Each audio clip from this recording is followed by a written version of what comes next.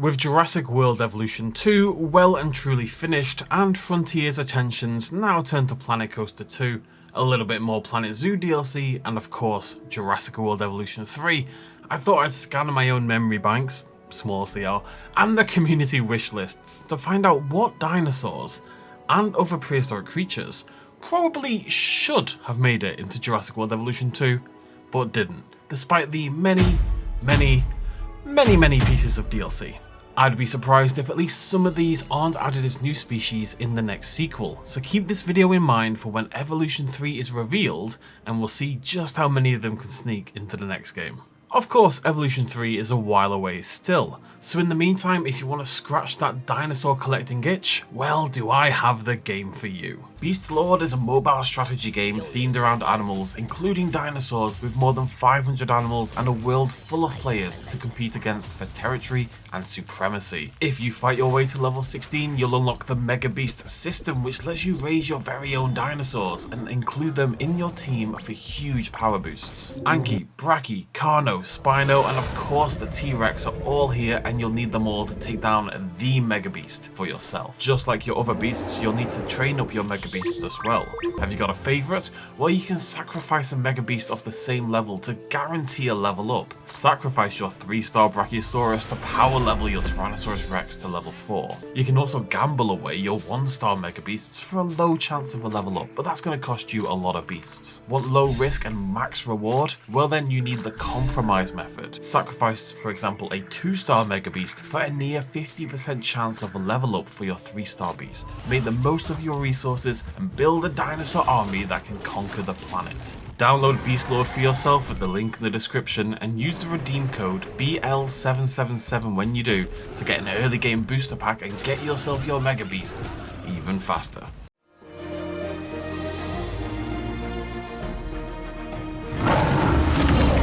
We're going to showcase these species in-game thanks to the incredible efforts of the modding community, who once again have done a superb job of plugging the gaps of the roster. Which of these would you most want to see in Jurassic World Evolution 3? Let me know in the comments down below, and you can also download all of today's mods at the links for yourselves in the description. I've kept this video relatively balanced between herbivorous and carnivorous dinosaurs, pterosaurs, and aquatic species. But Protoceratops is still the dinosaur I am most surprised hasn't made it into the game. This late Cretaceous Mongolian ceratopsian is part of one of the most famous dinosaur fossils of all time, second probably only to sue the Tyrannosaurus Rex. The Fighting Dinosaurs specimen depicts a Protoceratops and Velociraptor locked in a fight to the death. An incredible display of prey-predator behaviour in action. Not only is the Protoceratops an absolute celebrity in the fossil world, but its small stature at only 8 feet in length on the upper estimates, its huge curved beak, and its strange jutting out skull shape all make for a really unique dinosaur. Ceratopsians have been pretty neglected during Jurassic World Evolution 2's DLC, so Protoceratops and maybe Sisikosaurus, which nearly made it into this video, would be a great way to buff up the sequel's roster with some tiny new tanks to play with. Given Frontier's love for throwing in some big new therapods, it's a little bit of a surprise that the very coolly named Saurophaganax, that's the Lord of Lizard Eaters, never made it into the game.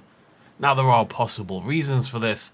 There's been debate for a long time whether Saurophaganax is just another species of Allosaurus Maximus. But I think with time that is being seen as less and less likely. In fact, there's been debate over the last few years whether Saurophaganax is an Allosaurid at all. Regardless, this huge theropod, the largest carnivore of the Morrison Formation at 34 feet in length and 3.8 metric tons in, heftiness, would be a great way for Frontier to introduce an Allosaurid without being slave to the Jurassic World designs. This thing was the apex predator of Jurassic North America. Now it's time for it to be the apex of our hearts. Let's get wet, people.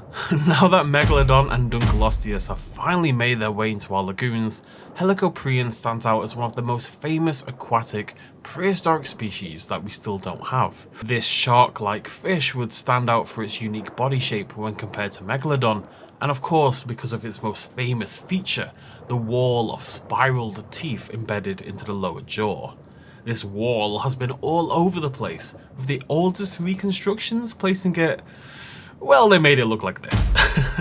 Then for years it was placed on the lower jaw with the idea that it would unfurl into this terrifying medieval style weapon, and that's kind of what the mod version looks like.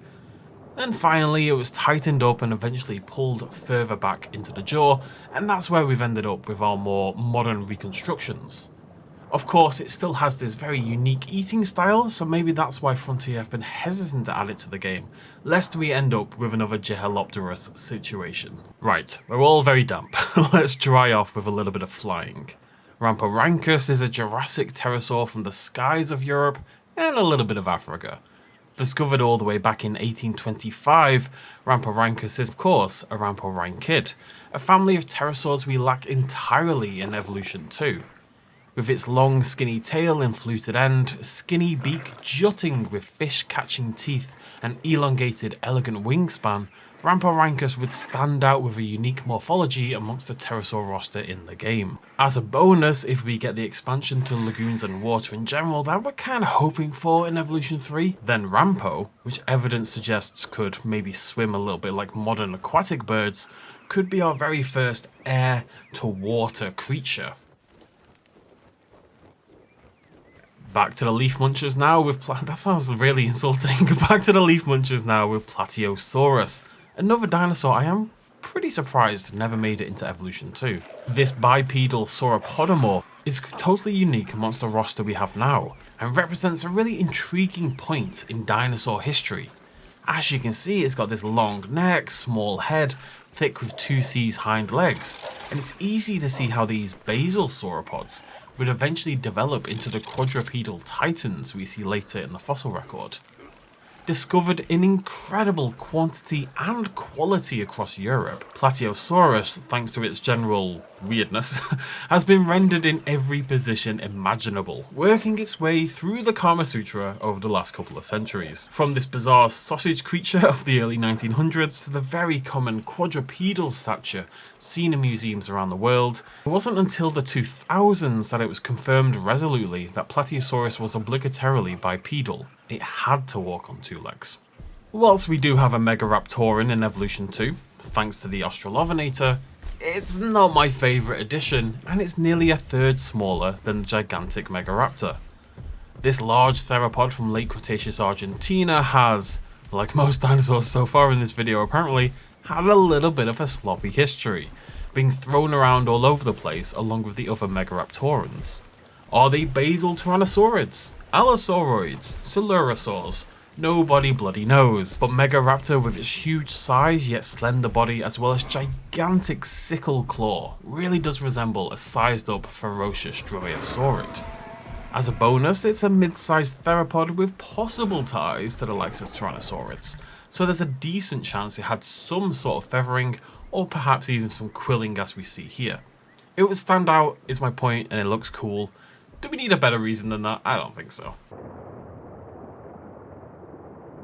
Potentially the least well-known animal on this list, but still a popular one amongst the community, Dakosaurus would be our first evolution crocodilomorph, something I think they've avoided until now because of the lack of land to sea traversal, something I'm hoping is changed for Evolution 3. Originally known from just a tooth, and you know I love a tooth taxon, Dakosaurus did eventually get more material, and the reason this fellow would work for Evolution 2 so well is that despite being a crocodilomorph, it was uniquely evolved to thrive in the oceans. Resembling a mosasaur in some ways more than a crocodilomorph, Dakosaurus likely spent its entire life out at sea.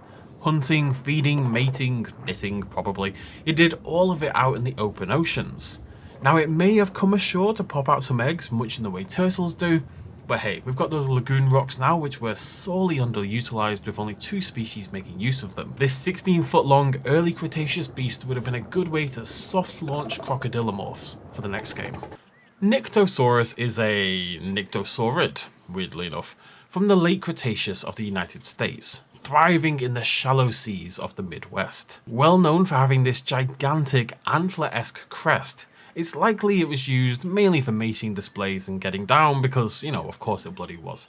Everything all animals do is to get laid, honestly. Ooh, look, I've got a big pointy thing on my head. Let's have 500 babies. I digress.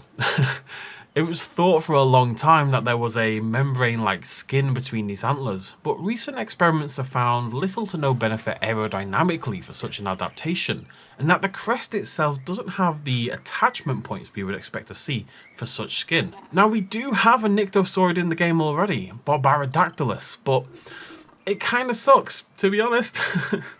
The crest is small, it has skin that it probably shouldn't have, and it doesn't even have the right amount of fingers. It has 4 like other pterosaurs, even though Nyctosaurs were quite unique in having 3. Point being, they've really upped their game in the animal designs. Give us a wild Nyctosaurus with a gigantic crest, it would stand out, it would look great. As with the Ceratopsians, the Hadrosaurids have been neglected for a little while now. So it's time they got some love with the biggest of the lot, Shantungosaurus. This absolutely gigantic late Cretaceous Chinese hadrosaurid has a maximum size estimate of almost 60 feet. 60 feet and 16 metric tons in heftiness. This thing was gigantic, like it looks made up. Look at this comparison, just look at this comparison. The skull alone is over 5 feet long. Now there's a chance the size has been oversold a little bit. You know paleontologists, you always add a few inches, but this thing was still an absolute titan and would have been a fantastic way to introduce more herbivores that can fight back against that carnivore dominance in the game. I think we're all hoping for yet more balances in herbivore to carnivore combat come the sequel, and what a way to do it Shantungosaurus would be. And our final creature, not only popular because it has a silly name, although that's definitely part of it, Irritator is a Spinosaurid from the early Cretaceous of Brazil. The name comes from exactly what it sounds like.